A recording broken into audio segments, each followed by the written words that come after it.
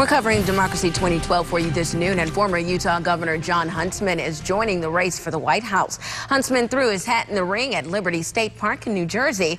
At the site, Ronald Reagan announced his candidacy back in 1980. He is promising policies to create jobs, achieve energy independence, and overhaul the tax code.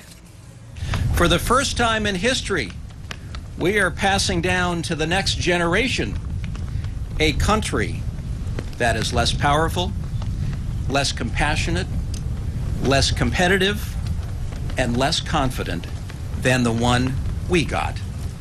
This, ladies and gentlemen, is totally unacceptable, and it is totally un-American.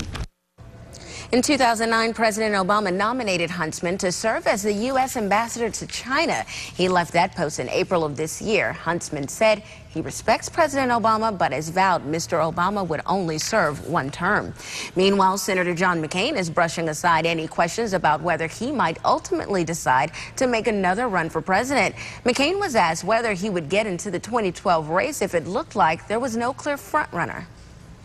And there's a long history of masochism in my family, but not so severe as to make me want to jump in again. McCain lost to Barack Obama back in 2008. Meanwhile, John Edwards' defense team is getting ready for trial. His lawyers are slated to be in federal court in North Carolina today. The two-time Democratic candidate is facing 6 felony charges of using campaign contributions to cover up an extramarital affair while he was running for president. Congressman Anthony Weiner's resignation becomes official today, this nearly a month after a lewd photo appeared on the congressman's Twitter account. Weiner first blamed hackers for the photo, but eventually admitted his own guilt and apologized for the incident. He finally announced his resignation last week with little support from either party. His resignation letter will be ready today in a meeting of the House.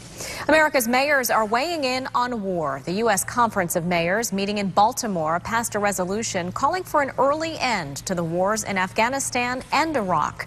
The group last addressed American military policy when it called for an end to the war in Vietnam. The resolution also calls on Congress to redirect military spending to domestic priorities like reducing the federal debt.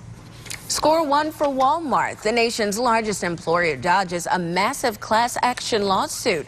The Supreme Court ruled that a massive job discrimination suit pending against Walmart cannot be classified as class action. The women leading the charge allege Walmart exercised systematic gender discrimination in areas of salary and opportunities for advancement. The justices said the cases did not have enough in common. By now, most of us know the dangers of smoking, but today we'll see just how bad it is. The Food and Drug Administration unveiled graphic warning labels today to appear on cigarette packages by 2012. The new labels include graphic photos and blunt warnings that they hope will not be easily ignored. Tobacco companies R.J. Reynolds and Philip Morris are questioning the message's effectiveness. Keith Olbermann.